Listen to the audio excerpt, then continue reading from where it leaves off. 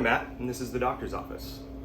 I am an actual working doctor, but I also happen to own a bar, and I'm surrounded every day when I'm here by absolute world-class spirits. And as Keith, our bar director, likes to say, I am the world's foremost expert in my own collection. So I thought I'd share some stories about it with you, talk about some of the special bottles that we have. Every week or two, release a different video. We'll call it Doctor's Orders, and if you happen to stop by the bar the week that's released, we'll knock 15% off whatever I happen to be drinking. Now, what I'll tell you is, this isn't going to be all about tasting notes and hints of Welsh purple slate on the finish. It's just not my style. This is going to be about my connection with these bottles. The story behind it, people I've met, things that I've run into along the way, and it's the story that I would tell you if you were at this bar and I happened to be here and we got chatting about it, and I would tell you the exact same story I'm about to tell you here. And so it's a bar story. It's as I remember it. I can't guarantee all of the facts are right, and that's okay, because we're in a bar and we're drinking. So we're going to start off with a really special bottle. It says on the side, handpicked by El Doctor for the doctor's office, and that's because the folks at Real Minero bottled this just for us. It was a 23-liter batch of Agave Americana Castilla. This is the first they've ever done of Castilla. 48.9% alcohol, 16 years for the maturation of the maguey. At the time of bottling, it was 3 years, 6 months. Now it's over 4 years aged in glass. Absolutely delicious stuff.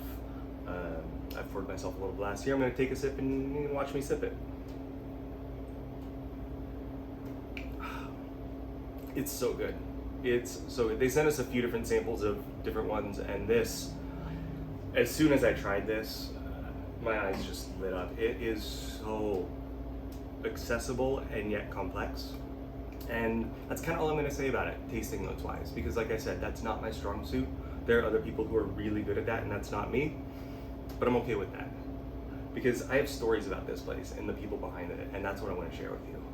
So I first visited Real Minero, it's probably 6-7 years ago now. And amazing, hospitable people, beautiful palenque. But Graciela, who, the daughter of the former maestro, she wasn't there at the time, but we had been in touch on social media, we'd stayed in touch. Graciela runs everything. She's an amazing woman, and she was up here in Seattle for a Tequila Fest event, and I went to her talk. It was outstanding. Well, at the end, the guy who was hosting the thing said, "Hey, I've actually got to take off. I've got a flight to catch. If she wants to stick around and do Q&A, do you mind helping interpret?" And I said, "Well, I'm not fluent in Spanish, but I'll do what I can. And when it comes to talking about mezcal, I've at least visited enough palenques and I have some decent vocabulary, so I'll try." And we finished that up, and I asked her, I said, "Graciela, what are you up to after this? Are you, do you have a flight to catch? Do you have plans?" And she said, "No." I said, "Well, I'm going to this whiskey event. It's a Japanese whiskey event that happened to be the same day, and I'm sure you'd be welcome to come." And she said, "Yeah, I'd love to." So we went, and it was at a Japanese restaurant here in town, and it was hosted by Johnny Mandel, Johnny the Scot. Some of you know Johnny. He's going to come up in a few stories because it's Johnny. And Johnny comes up in stories. It's just a thing that happens with Johnny. So he is talking about, I think it was hibiki, it might have been something else, but he's talking about blending and the Japanese art of blending. And I'm doing my best to translate what he's saying into Spanish. And it's this beautiful moment where here is a Scotsman from Glasgow talking about Japanese whiskey in Seattle, being interpreted by someone who grew up in California, to fourth, fifth generation mezcalera, and the confluence of cultures that came together in that moment. And she looks at me and she's hearing how the master blenders at Suntory have the same thing for breakfast every day, so that their palate is the same every day that they go to blend. She says, "Oh, well, this is kind of like how we will do a lot of our proofing in the morning, because we usually have the same thing for breakfast, as opposed to after lunch, maybe things taste a little different, so we'll usually do that in the morning." And how beautiful it was that these two distilling cultures ended in a similar way. It was just a really beautiful moment, bringing those cultures together.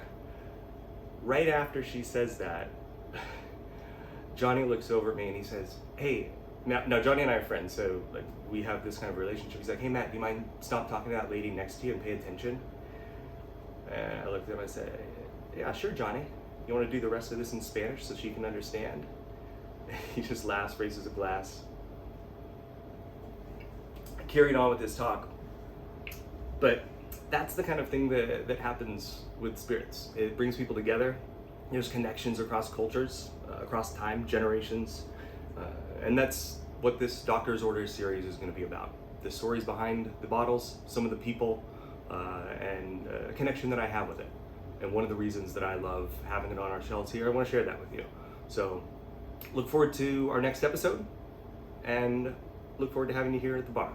Take care.